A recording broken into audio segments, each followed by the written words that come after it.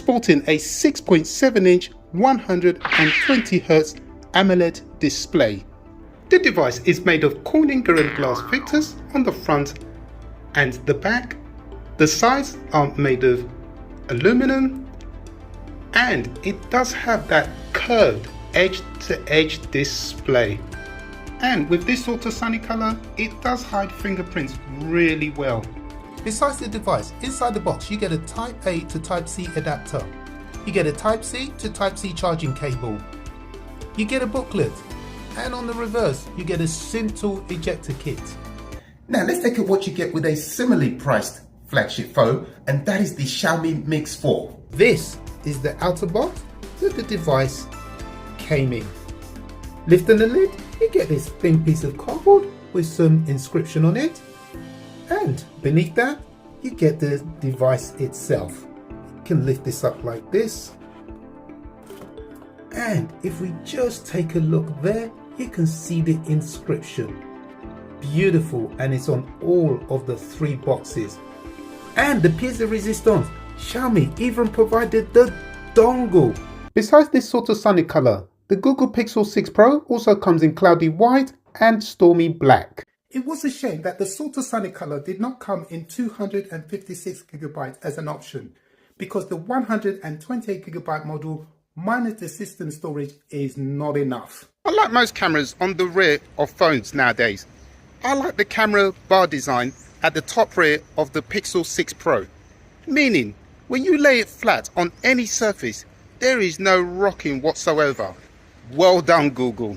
On the right of the device, you have the volume rocker, and above that you have the on-off power button. On the left you have the SIM tray, which houses one nano SIM, and you can also use an eSIM, but there is no expandable storage. At the bottom you have the Type C charging port.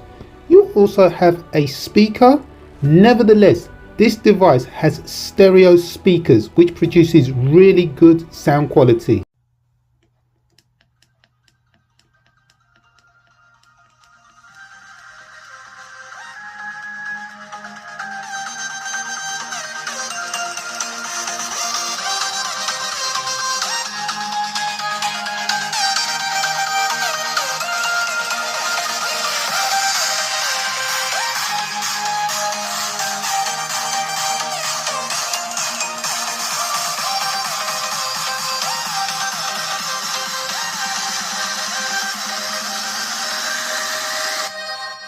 The Pixel 6 Pro weighs 210 grams, unlike its shorter and younger sibling, the 6A, which weighs 178 grams. They are both 8.9mm in terms of thickness, and they both come with Android 12 installed. If you own an Android phone and you are coming to a Google Pixel phone for the very first time, one thing you'll definitely need to get used to, and that is the button configuration on this device. Because at the top you have the on-off power button, and below that you have the volume slider.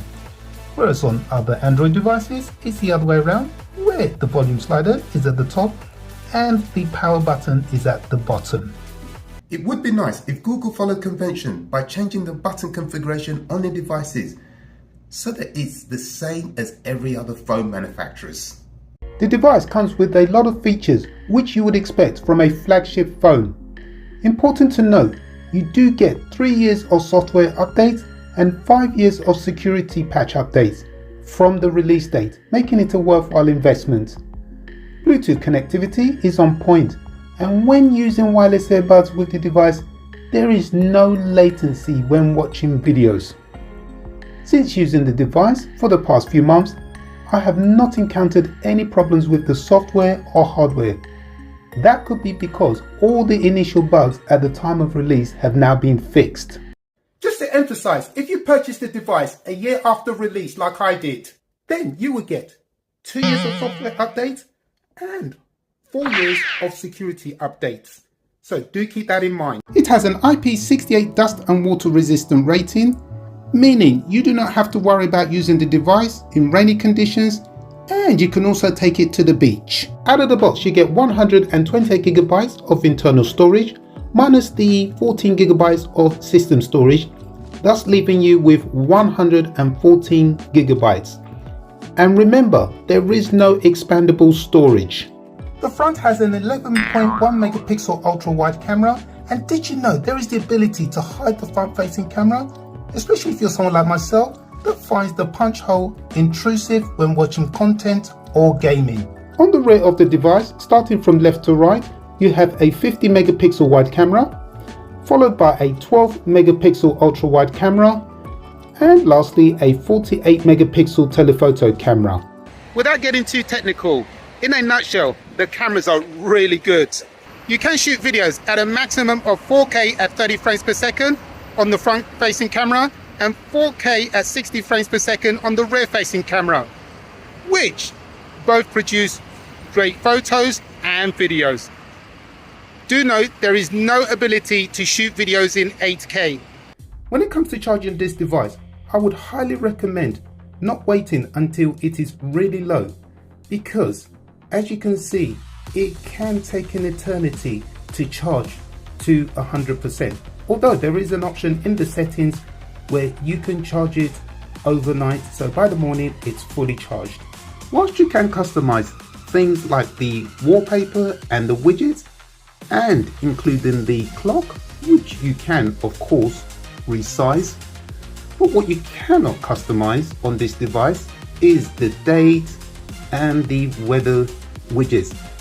In addition, you cannot also customize the search bar, so if I wanted to move it elsewhere onto the screen, that is not feasible. To unlock your device, you can either use a pin or the under display optical fingerprint sensor, which works really well.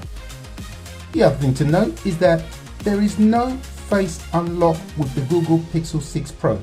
Of course, face unlock is more about convenience rather than security.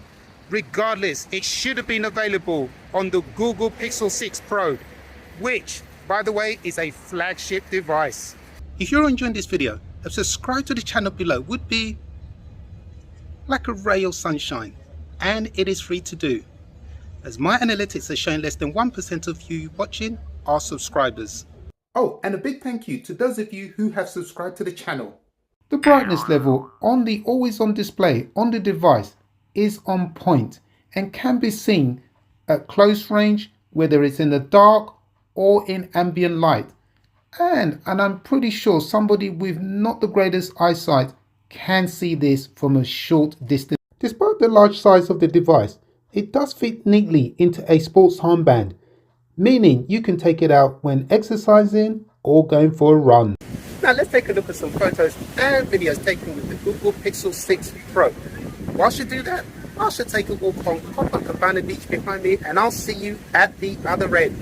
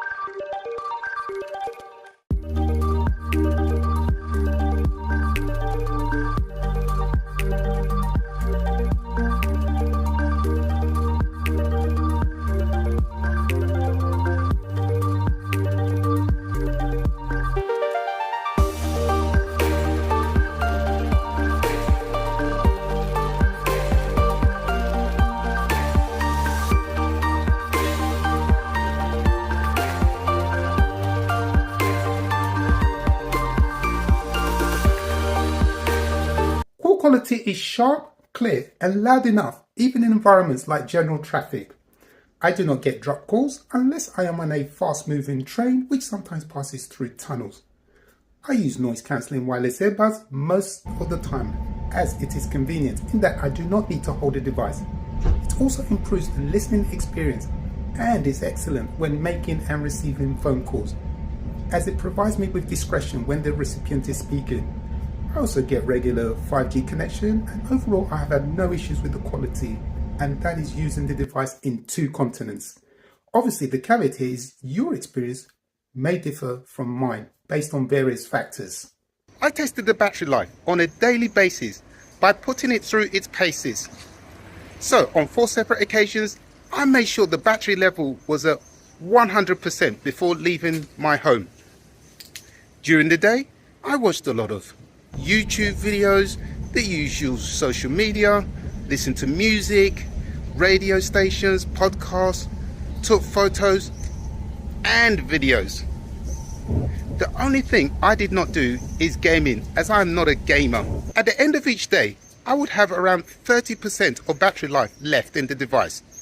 Although as you can see on the 2 occasions at the bottom where I had single-digit battery levels, this was me due to filming videos very heavily as the weather outdoors was conducive. If I had not filmed, there would be plenty of juice left in the battery. The device does not feel heavy. Handling it on a daily basis should not be a problem as it can fit in most jacket, pants, trouser pockets. Of course, ladies can put it in their handbag without worrying about the weight.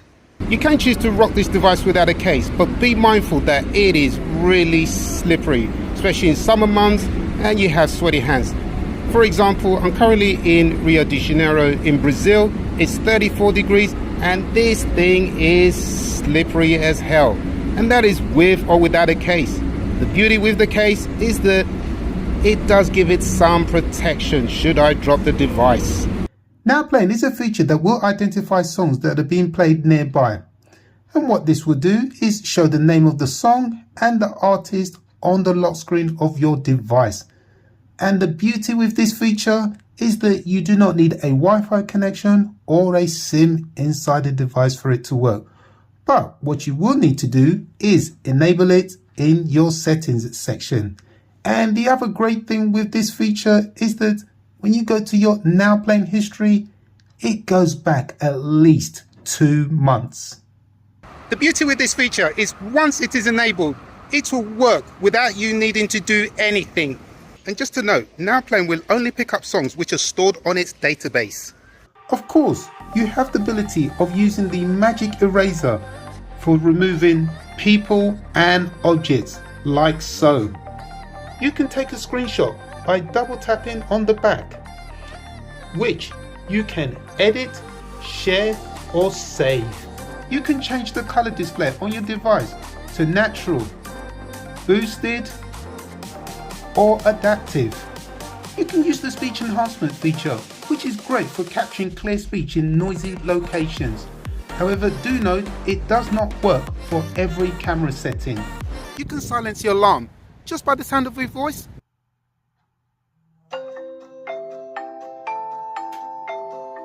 Stop. If you're worried about falling back to sleep after telling the alarm to stop, then you can use Google Assistant routines to wake you up with your favorite radio station. Enabling live translation will allow you to have a conversation in real time from your chosen language to another language of your choice. And the beauty with this selection here is that you have over 50 languages to choose from. Live Transcribe puts your speech to the text.